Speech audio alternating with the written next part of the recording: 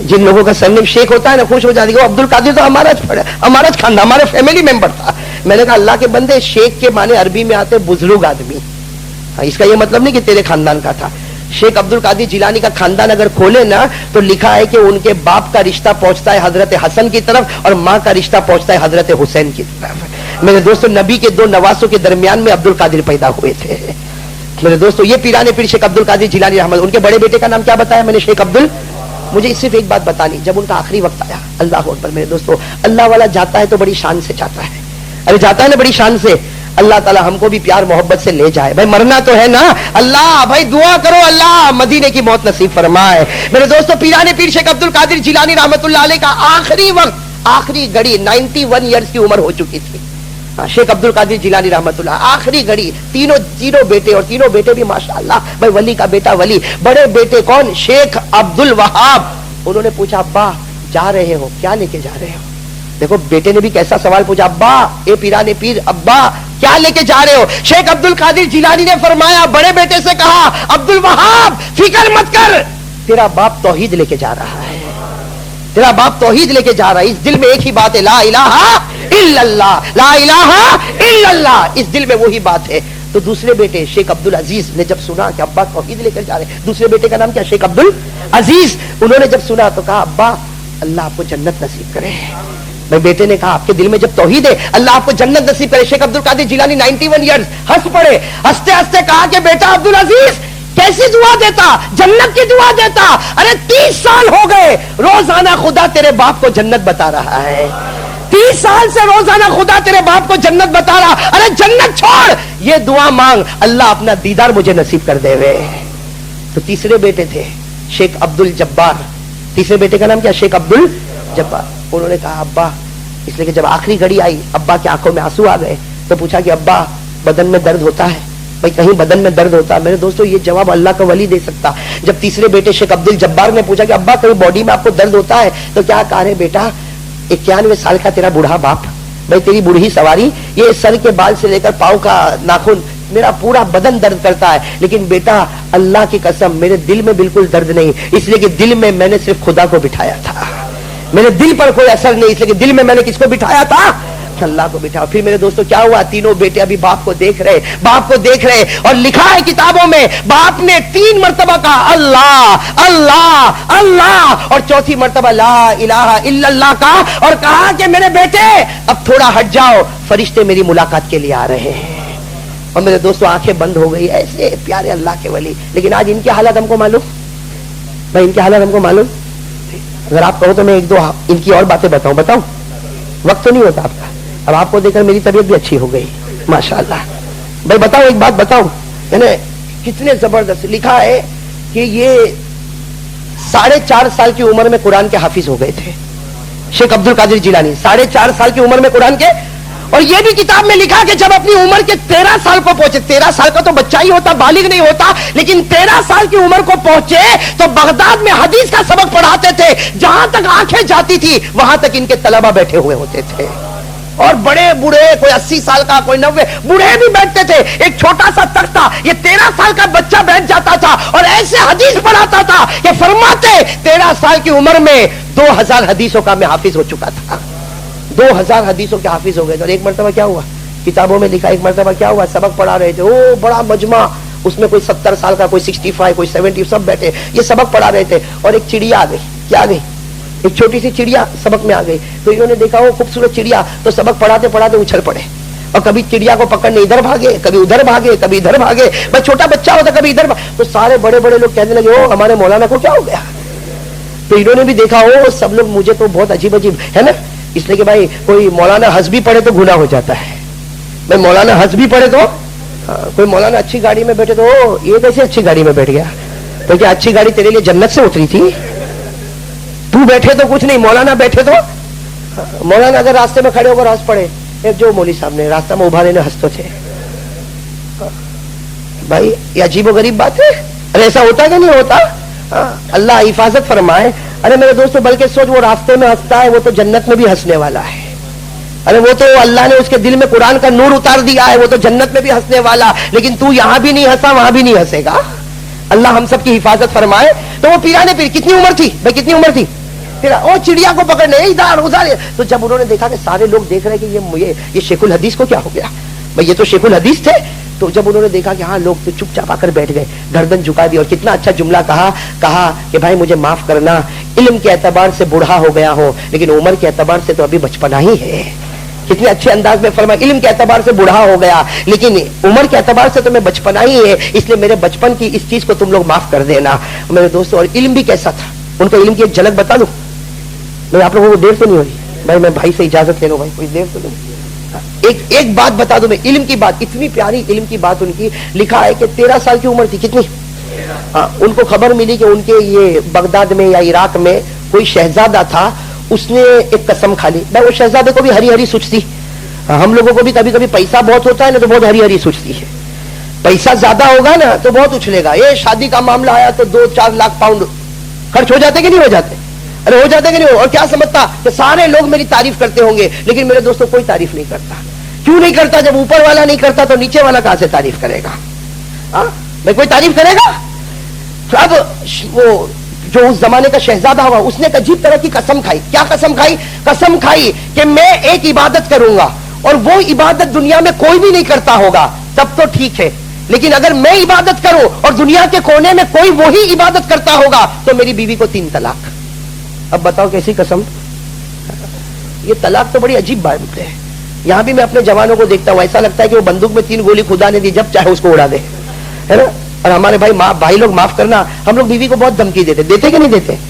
ذرا کچھ بولی تو طلاق دے دوں گا, جہاں کچھ ہوگا تجھے طلاق دے دوں گا. اور کبھی کبھی تو غصے میں آتا تو کہتا ہے کہ تو بھی خراب, تیری ماں اور تیرا باپ بھی خراب.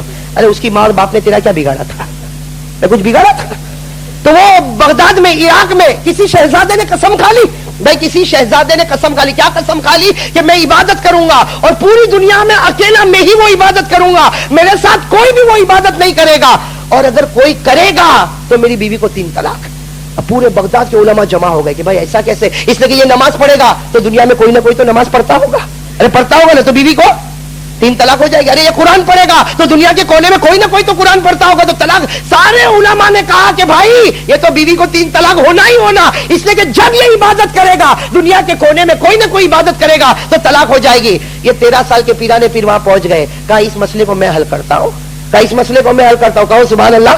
تو سارے علماء نے کہا بھائی یہ 13 ایئرس کا یہ چھوٹا سا بچہ یہ کیا مسئلے کو حل کرے گا؟ کہا کہ ہاں میں حل کروں گا, لیکن یہ شہزادہ ہے, اس کو کہو میرے ساتھ مکہ چلے, اس کو کہو میرے ساتھ مکہ. بھائی شہزادے تھے, فوراً سواری کا انتظام ہو گیا. یہ 13 سال کے بیٹے اور شہزادہ دونوں بیٹھ گئے, مکہ مکرمہ پہنچے, کعبے کے قریب گئے. جب کعبے کے قریب گئے تو کہا تو شہزادہ ہے, یہاں کے امیر کو کہہ دے تھوڑی دیر کے لیے کعبہ خالی کر دو, تھوڑی دیر کے لیے کعبہ خالی کر دو. چنانچہ شہزادے نے کہا, کعبہ خالی کیا گیا. اب یہ 13 سال کے پیرانے پیر نے کہا جا اٹھ طواف کر, اس وقت دنیا میں تیرے سوا یہ عبادت کوئی بھی نہیں کرتا ہوگا, طواف کر لے. اس وقت کعبے پر تو جو طواف کرتا ہے, کوئی بھی دنیا میں طواف, انگلینڈ میں طواف ہوتا نہیں ہوتا, پھر بھی کچھ لوگ کرتے کہ نہیں کرتے. آنکھوں کا غلط استعمال جب ہوتا ہے نا تو الگ الگ گھروں کا طواف کرتا ہے. اللہ حفاظت فرمائے.